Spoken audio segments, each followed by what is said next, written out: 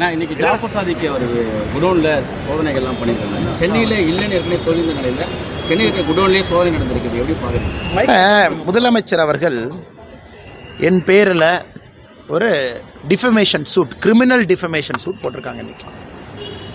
அதாவது முதலமைச்சர்கிட்ட தமிழக மக்கள் என்ன எதிர்பார்க்குறாங்கன்னா, அவர் பத்திரிகையாளர் முன்பு வந்து குறிப்பாக இந்த ஜாஃபர் சாதிக்கு இந்த ட்ரக்ஸ் இஷ்யூவில் திராவிட முன்னேற்ற கழகத்துக்கு இருக்கக்கூடிய சம்பந்தத்தை பற்றி தொடர்ந்து நாங்கள் கேள்வி எழுப்பி கொண்டிருக்கின்றோம். அதற்கான பதிலை சொல்லணுமோ தவிர என் மீது ஒரு கிரிமினல் டிஃபமேஷன் சூட் போட்டு அவருடைய வன்மத்தை தீர்த்து கொள்வது பதில் அல்ல.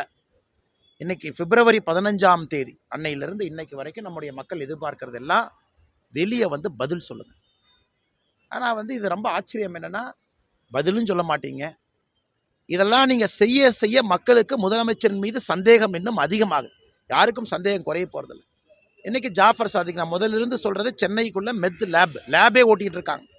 லேப் இல்லாமல் நீங்கள் சிந்தட்டிக் ட்ரக்லாம் தயாரிக்கவே முடியாது. நீங்கள் சிந்தட்டிக் ட்ரக் தயாரிக்கணும்னா லேப் வேணும். அந்த லேப் சென்னைக்குள்ளே எங்கே இருக்குது? இன்னைக்கு குடோனில் வேறு வேறு இடத்தில் நடக்கக்கூடிய சோதனையை வைத்து பார்க்கும் பொழுது அது லேபாக இருக்கலாமா என்கின்ற சந்தேகம் நமக்கு வருது. ஏன்னா ஒரு பேசிக் ரா மெட்டீரியல் இருந்தால் சிந்தட்டிக் ட்ரக் தயாரிக்க முடியும். தயாரித்த பிறகு கொரியர் கம்பெனியில் டெல்லிக்கு அனுப்புறீங்க. டெல்லிக்கு போன பிறகு டெசிகேட்டட் கோகனட்ல கலந்து வெளியே அனுப்புறீங்க. ஸோ எங்களுடைய சந்தேகங்களுக்கு தொடர்ந்து விடை கிடைத்து கொண்டே இருக்கிறது. ஆனால் உச்சபட்சமாக நாம் சொல்லுவோம், எங்கள் அப்பன் குதிரைக்குள்ள இல்லை என்று சொல்வதை போல முதலமைச்சர் அவர்கள் என் மீது டிஃபமேஷன் சூட் போட்டுட்டு இல்லை நான் எதுவும் தப்பு பண்ணலன்னு சொல்வது போல இருக்கு. மக்களுக்கு தேவை பதிலுங்கிறது வெளிப்படையாக வெளியே வந்து பேச வேண்டும்.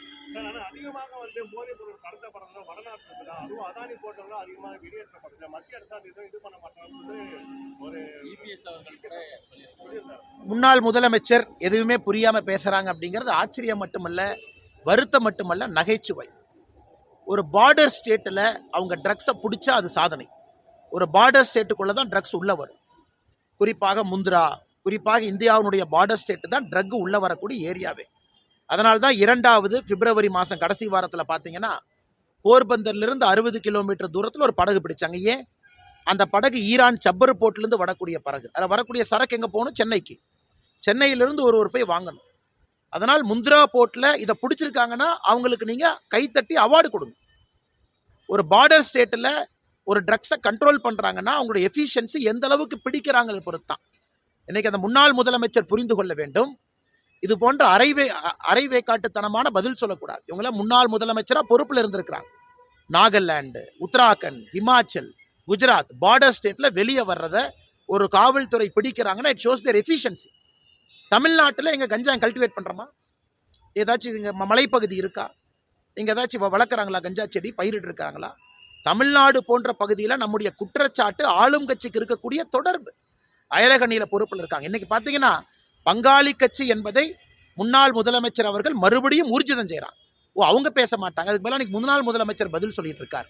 ஆனால் திரும்ப நீங்க முன்னாள் முதலமைச்சர் கேட்கணும், பார்டர் ஸ்டேட்ல கஞ்சாவை பிடிக்கிறக்கும், பார்டர் ஸ்டேட்டில் இருக்கக்கூடிய ஒரு போர்ட்டில் கஞ்சாவை பிடிக்கிறக்கும், தமிழ்நாடு போன்ற பகுதியில் இதுவரை கஞ்சா புழக்கம் இல்லாம ஆயிரக்கணக்கான கோடி ரூபாய் சிந்தட்டிக் ட்ரக்ஸை பிடிக்கிறக்கும் வித்தியாசம் இருக்கு. இந்த ஆபரேஷன் யார் பண்றாங்க? மத்திய அரசு தானே பண்றாங்க. இதனை மாநில போலீஸ் முந்தரா போர்ட்ல போய் பிடிச்சாங்களா? தமிழ்நாட்டினுடைய காவல்துறை முந்தரா போர்ட்ல போய் செர்ச் வாரண்ட் வாங்கிட்டு போய் பிடிச்சாங்களா? அது பிடிச்சது யார்? எல்லாம் மத்திய அரசு சார்ந்த துறைகள், NCB தானே பிடிக்கிறாங்க. அதனால் முன்னாள் முதலமைச்சர் அவர்கள் யாரை காப்பாற்றுறதுக்கு பிரசிடன்ட் ஸ்டேட்மெண்ட் கொடுத்துட்டு இருக்காரு? நான் பங்காளி கட்சியின் மறுபடியும் ஊர்ஜிதம் செய்யறாரா?